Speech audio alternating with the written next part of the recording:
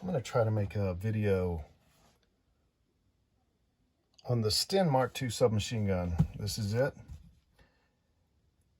I've owned this gun for about 20 years, and yes, it's crude, but it's been very reliable. It's accurate enough, and it just works. It's a lot of fun. It's a lot of fun to take to the range. It shoots 9mm ammunition. The funny thing about this gun, you hand it to someone for the first time and they don't know where to hold it. There are no obvious grips. Sometimes you see people put their thumb through here. That's for the sling. And it can be excused because, again, this gun, it's not real obvious where you're supposed to grab it. The manual says to grab it by this barrel shroud, heat shield, and that just screws right into place and holds the barrel in place. And then this locking mechanism comes in and fits into some teeth there in the shroud itself. But yeah, you're supposed to hold it here. Video games often show, a hold around the mag well or the magazine. It can be done. It feels pretty comfortable, but it's not quite the same as getting a support hand underneath. The gentleman who sold me this gun suggested this underneath grip, and that's pretty good as well. You kind of hold that metal stamp shroud that covers the fire control group and extend a finger underneath, and it's a pretty good grab like that. You just want to keep your hands out of the way of the charging handle. This reciprocates with the bolt. So yeah, it's been a good gun. It doesn't jam. I've had a few failures with it. They were due to ammunition, and I had some work done on this gun a long time ago and had it reparkerized, and when they did that, they parkerized the bolt. And if you look at bolts in surplus kits, they're not parkerized. They're generally left in the white. I have one that's kind of case colored. I don't know if that was by accident or what, but yeah, after it was reparkerized, there was additional friction on the bolt, and it led to a little bit of failures until I got it smoothed out. But it's a gun that really works. It's extremely simple to use. It's extremely simple to sight up. Cleaning is a little more complicated.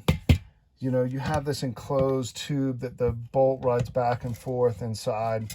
So it's not like an Uzi where the top cover comes off. You have to get in there with a brush or some kind of solvent.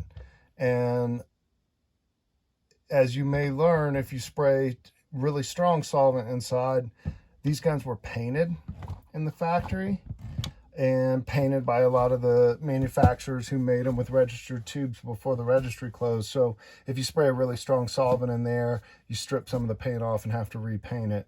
This particular gun, after I had it parkerized and then used some bake-on paint that does not come off with solvent, so it's a little easier to clean.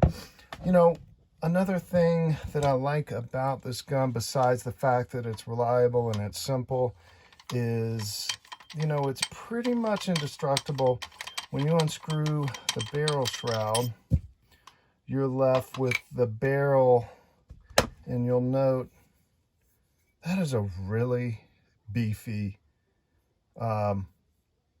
collar there around the barrel. If you had any kind of overpressure round, well, it's an open bolt gun, so that bolt's just going to come straight back, maybe batter your end cap here, but you're not going to get failures here at your barrel or the collar. It's thick, it's serious business. Another thing I like about that is it's easy to change calibers. A 7.62 by 25 case head is the same diameter as a 9mm. So if you find a barrel like this is a Chinese surplus barrel, and the reason I know that, it's the right length and has a serial number stamped into it. You can replace your 9mm barrel with a 7.62 by 25 barrel and screw that right on, and Now your gun is ready to fire that ammunition, but you still have to put in a heavier spring. You can get a 20-pound spring online, and that protects the rear of the gun from being battered. I imagine it would still run, but probably not a great idea. And then you just have to feed it. And in order to do that, you can find 9mm magazines which have had the back end just kind of cut out and then replaced with a flat piece of steel, and those will feed 7.62 by 25 rounds right into the gun and into this barrel, and